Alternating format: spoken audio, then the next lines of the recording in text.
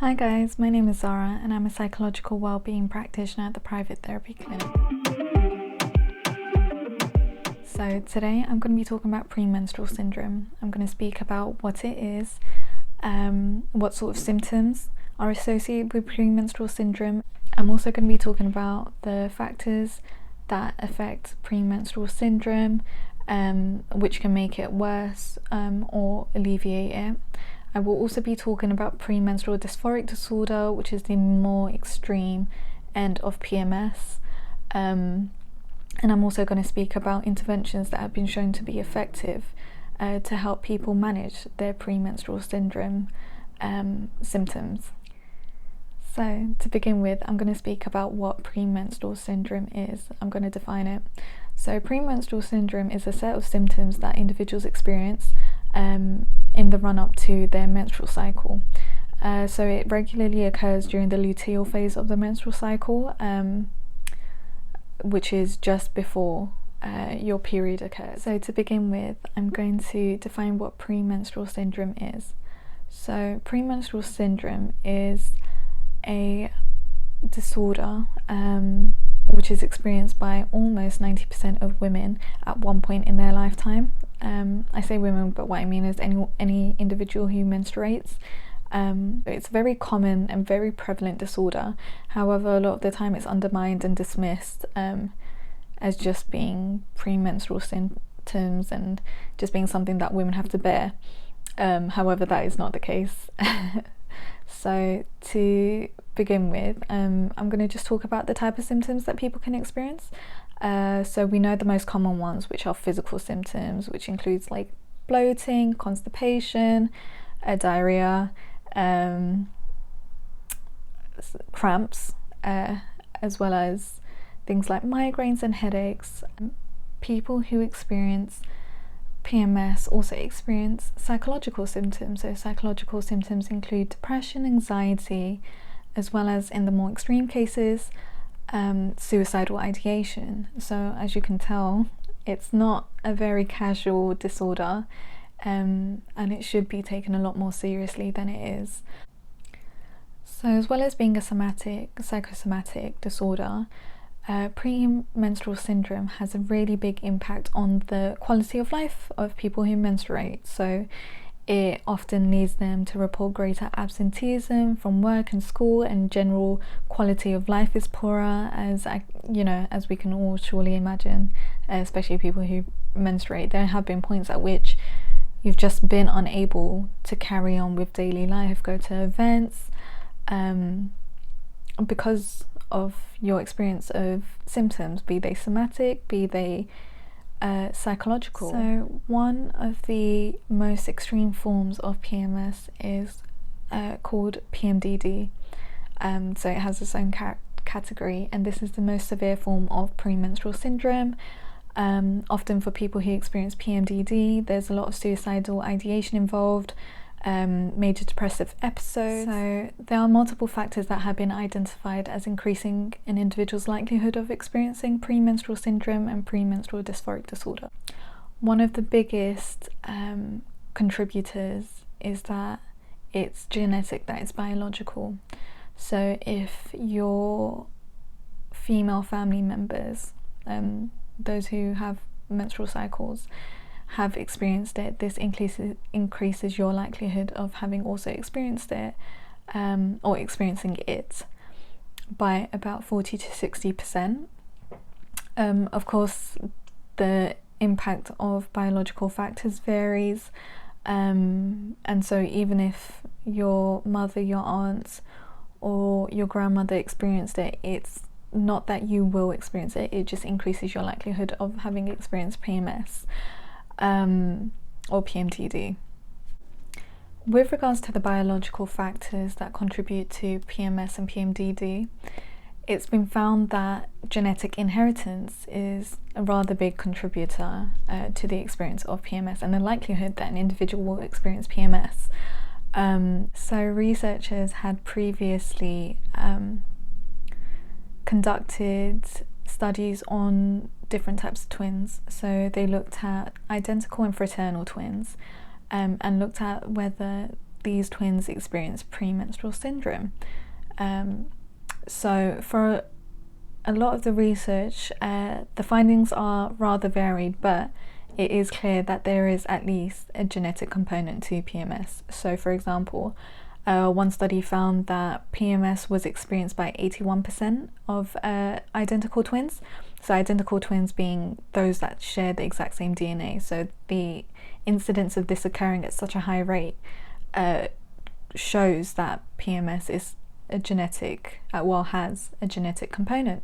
As for the individuals who were fraternal twins, it was found that this could be around 40%. So again, despite sharing some similarities, fraternal twins actually had quite a high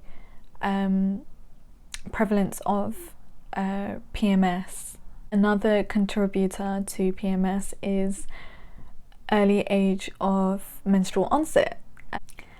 A possible reason for why younger age of menarche could lead to a greater likelihood of experiencing PMS and PMDD is that an individual who is possibly 9 or 10 is far more likely to not have reached physical maturity, and for that reason their body may have struggled to accommodate their menstrual cycle and the experience of PMS associated with it. However, this is still just another risk factor that increases the likelihood of an individual experiencing premenstrual syndrome or PMDD is stress. So this is no surprise. As we become more aware, as more research has been done, we've seen that more somatic, more physical disorders have been shown to be impacted, at least, by stress, even a little.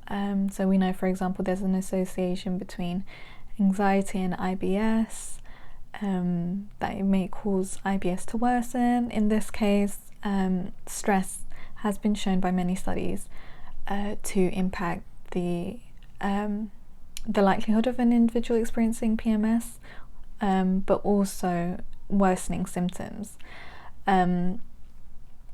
So most studies have shown that chronic stress, so things like academic stress,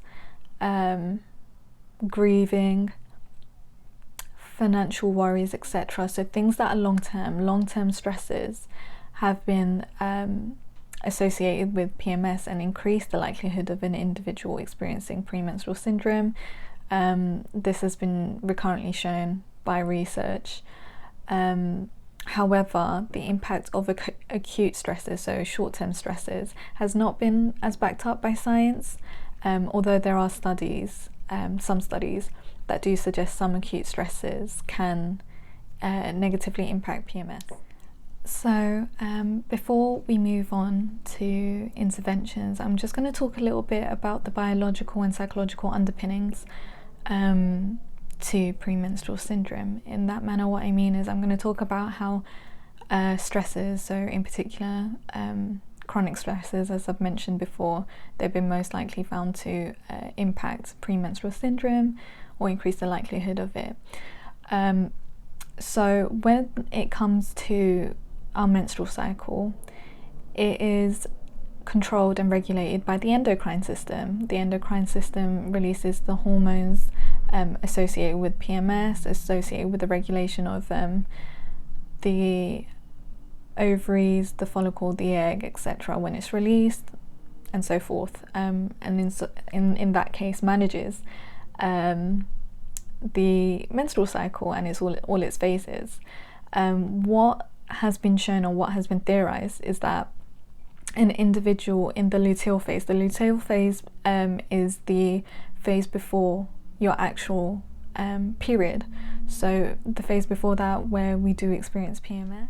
Without making this too much of a biology lesson, I'm going to try and sum up the biological mechanisms that control your menstrual cycle, or an individual's menstrual cycle. So the endocrine system consists of multiple glands in organs and the hypothalamus, which is in the brain. So what the hypothalamus does is it controls the feedback loops that are associated with multiple functions in multiple systems, including the menstrual cycle. So what it does is that it creates a feedback loop wherein different types of hormones are released at different stages within the menstrual cycle, within the different phases. And one of these is luteinizing hormone, otherwise known as LH. And when an individual experiences a lot of recurrent ongoing stress, what the hypothalamus does is it releases a stress hormone known as cortisol. So cortisol, when it's increased, can have an impact on the menstrual cycle in the event that it causes an increased amount of luteinizing hormone, which, as we just spoke about, is the hormone that is quite increased in the luteal, in the premenstrual phase. And so at this point, increased cortisol increases sensitivity to LH, but also increases the likelihood of the production of LH, which causes individuals to experience more or more pronounced premenstrual symptoms such as rumination, depressive mood, greater amount of cramps, etc. So as we can tell, like, the greater the stress, the more likely we're going to experience, the body or the hypothalamus will increase the likelihood of cortisol being released, and then this negatively impacts the menstrual cycle as it messes with the amount of hormones released. And with regards to premenstrual syndrome, this is when the amount of LH increases, but also sensitivity to LH increases, causing the detrimental symptoms associated with PMS and PMDD. Primarily, in order to deal with PMS and PMDD, the first line of action is to prescribe medication. So a lot of doctors will prescribe SSRIs, so antidepressants, in order to deal with things like suicidal ideation, rumination, etc. They might also give non-steroidal anti-inflammatory drugs in order to deal with some of the physical symptoms, bloating, etc. And, you know, cramping and breast tenderness and pain. You might also be prescribed hormonal contraceptives, again, to sort of regulate. And with regards to other remedies, so there are some herbal remedies. It has been found that ginger can be quite helpful, obviously using hot water bottles to deal with like cramping and pain, etc. However, this of course doesn't deal with the psychological aspects, which, you know, people find a lot more difficult to manage. So in order to deal with these, CBT, so cognitive behavioural therapy, has been suggested, as has mindfulness, and things to promote better stress management, because as we know, stress management significantly impacts PMS and can increase the likelihood and the prevalence of PMS in individuals. So with aspects of cognitive behavioural therapy, what the individual will do, they'll work with a therapist in order to recognise the sort of thoughts that run through their minds and come up with mechanisms in order to cope with them, in order to better manage, for example, chronic stresses such as academic stress or financial worries, or grieving as well, any sort of chronic stressor. In order to help manage that, the individual can then help decrease the likelihood of experiencing painful PMS symptoms or experiencing more extreme PMS symptoms. It is also really important to bear in mind that cognitive behavioural therapy would be better for people who experience more extreme symptoms, more rumination, depression, anxiety associated with PMS. So for people who experience more mild PMS, it may not be as effective. Another issue is that not enough research, not enough trials have been conducted in order to see the long-term efficacy of CBT on PMS and PMDD. and nor has there been much research that looks to identify interventions that would better help with the management of PMS and PMDD. So it is definitely like an area where researchers should focus more, as it is a chronic condition for a lot of people, negatively impacts a lot of people's lives, and has negative consequences on the quality of life. Finally, if you feel that your PMS could be premenstrual syndrome, could be more extreme, you should definitely contact your GP about this, and you should make sure to write down the duration, the severity of the symptoms, what type of symptoms. For example, if you're having more psychological thoughts, what sort of thoughts are running through your mind? Do they end before your period starts? And if so, that helps to clarify to the GP or whichever practitioner you go to, that this is not so much anxiety or depression causing these symptoms, it's more so premenstrual syndrome. So it's not a different disorder, it is actually PMS that's impacting you negatively. And of course, if it negatively impacts your quality of life, as in you can't carry your day-to-day routine, then you should definitely contact a medical practitioner. And of course, if you'd like to book in for therapy, if you'd like to talk a little bit more about it, we can conduct a 15-minute consultation in order to help you deal with the more psychological facets of PMS. Thank you so much for watching.